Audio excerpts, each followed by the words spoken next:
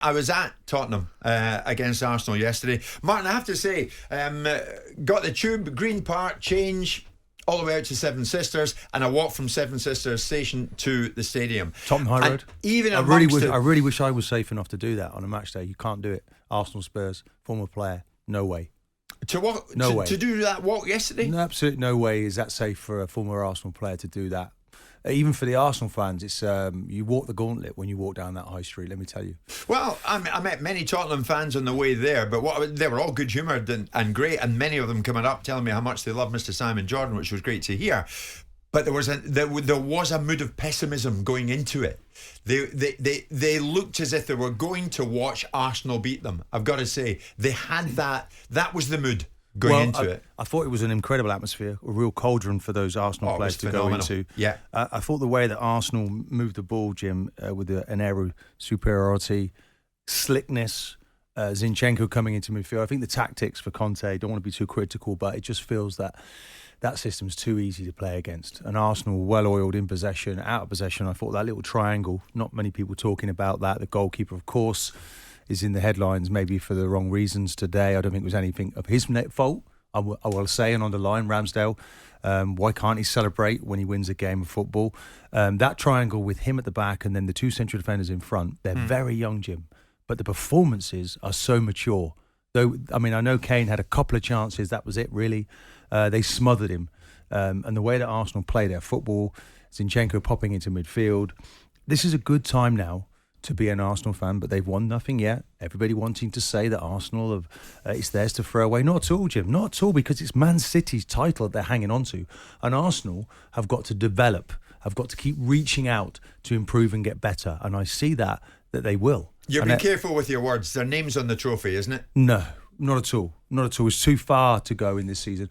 And Man City, when you look at the runs that they're capable of going on, no, it's not done at all. And Manchester United, it's interesting because, next weekend there's a game, and I think it's interesting because Sky ran away from that fixture this time last year, deemed it not to be good enough anymore. Arsenal versus Manchester United. BT were more than happy to take it. Now that's a massive fixture. Who do you work for? Oh, BT. Suddenly remember. Well, your beloved Sky didn't want it, Jim. Not my beloved Sky. I have nothing to do with Sky. Oh, okay. But anyway, for 25 years. When are you going to start believing that Arsenal will, if not win it, go very, very close? When are you going to say their name is on it? Well, it's not about me. It's about the players that are in the dressing room. It's not about... there's been lots of quotes today from lots of other people. I'm not going to add my name to it. Arsenal just need to keep doing what they're doing, Jim. They're on fire. Yeah. They're at boiling point. It's fantastic. It's fantastic to watch. Let's see where it takes them. But there's an awful long way to go. It's terrific to watch, Martin. You're dead right. Odegaard, superb. Saka, absolutely brilliant yesterday. Do you think their name's on it, Simon? I think there's 19 games to go, obviously, and I think there's a lot more twists and turns. It's a very interesting Premier League, a very strange Premier League. I don't know whether you attribute it to World Cup-itis or you attribute it to bad decisions by managers at the beginning of the season. I think Arsenal are in a unique vein of form for at this moment in time. I think it's wrong to compare what happened in May with Tottenham, where Arsenal were on a wobble for a period of time. Tottenham came through that. I think Tottenham are improving in small margins, Arsenal improving exponentially. That's why you saw the outcome that you saw yesterday in the first half. For 10 minutes in the second half, Tottenham ripped them. And if they'd have scored a goal, Tottenham, the game would have been opened up, because they really did rip them from about 49 minutes up to about 59 minutes. If Tottenham had got a goal, and they should have got a goal. We must have been watching a different game then, Simon. Well, no, I didn't, Martin. You had a glass of wine or something? Let's go back. No, I have a glass of wine. Arsenal dominated that game. I have a glass of wine when I come in and have to endure you sometimes. But what I do is I watch the first 45 minutes where Arsenal made Tottenham look like rank amateurs. But for 15 minutes of the second half, Tottenham took Arsenal, and if they'd have scored a goal, Sessegnon had scored, and there were 2 or 3 chances where they really got Arsenal on the rack. Now, Arsenal showed the resilience of potential champions, because even when they weren't in control of the game for that 15 minutes, they still had a degree of resilience about them, and they saw it out. There was bound to be a reaction from Tottenham, Simon, but I think they would have played all day without scoring, to be quite honest. Possibly. I mean, it's 32 points in the last 36 available for Arsenal. Yeah. 32 points in the last 36. I mean, that is one heck of a run. That's title-winning form, man. It is, and you look at it's a massive improvement. It really. We look at what Newcastle have done, incredible as well. Sure. They're in that journey. Let's not forget. But from obviously the end of last season, if you looked at the game at the end of last season at White Hart Lane and compare it to where Arsenal were nowhere near the level they are right now. They're fighting, scrapping for everything, Jim. Yeah. They know exactly where to be out of possession. And in possession, they are really confident right now. So, I look at Nketiah and I think, well, look, if Jesus gets in the team, he's going to have to be at the top of his game to get back in that team right now. It's incredible, Simon. Since May, Tottenham spent 172 million, Arsenal spent 122 million. Yeah, but you've also got to factor in that part of that. I'm not giving Tottenham's any pass here because Arsenal are a better side, and that's why they beat Tottenham. They're an infinitely better side right now. But £42 million of that was already pretty much on Tottenham's books with Romero. So that's a signing that doesn't look like a new signing. It looks like a signing that was already priced into their thinking. The bottom line is that Arsenal are doing very, very well. I'm surprised that the questions are beginning to abound about Man City and Erling Haaland and what's happening there, because we would have anticipated that Man City would have continued to evolve and actually gone to another level with Haaland. So Arsenal are taking the benefit of A, being very good at what they're doing, and B, a very strange Premier League where you're seeing Chelsea all over the place. Liverpool don't know whether they're Arthur or Martha. Tottenham are not progressing the way that we thought we would, and we thought they might under Conte.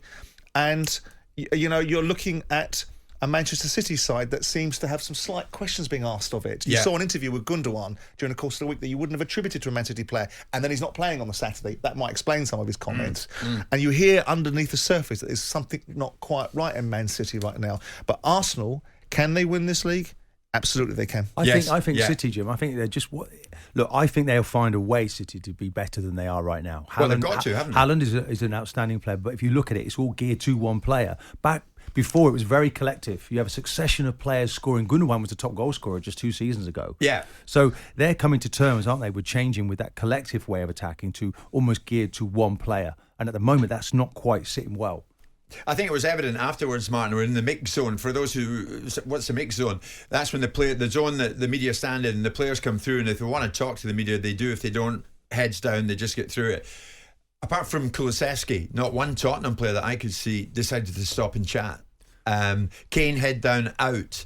It's Romero the same. Erik. Lloris the same. There was a mood of huge disappointment afterwards and amongst it, and I accept it. They've just lost the North London derby. Arsenal, Saliba spoke to me, you'll hear that in a moment, but there was a mood of we've just been defeated and it feels bad. That was the mood at Tottenham yesterday. That's normal. That's a normal behaviour, Jim. You don't want to be putting my I tell you microphone in front of me if we just lost a major game. I tell you who didn't compound it was Antonio Conte.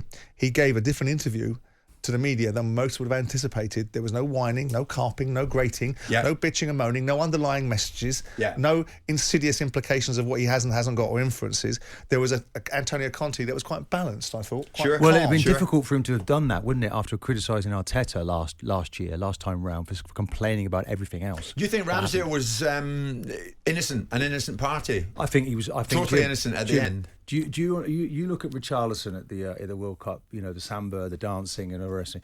The way that they behaved after they scored their goals, and all he's done is just pointed to his badge, and Richarlison's gone off the deep end. Is he for real, Richarlison?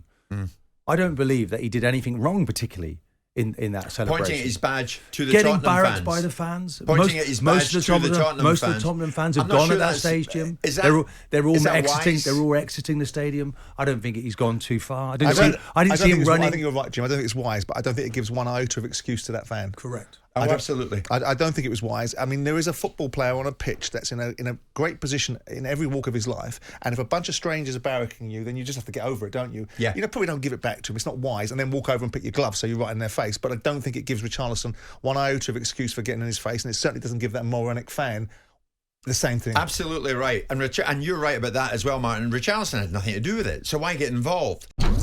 Jim White and Simon Jordan.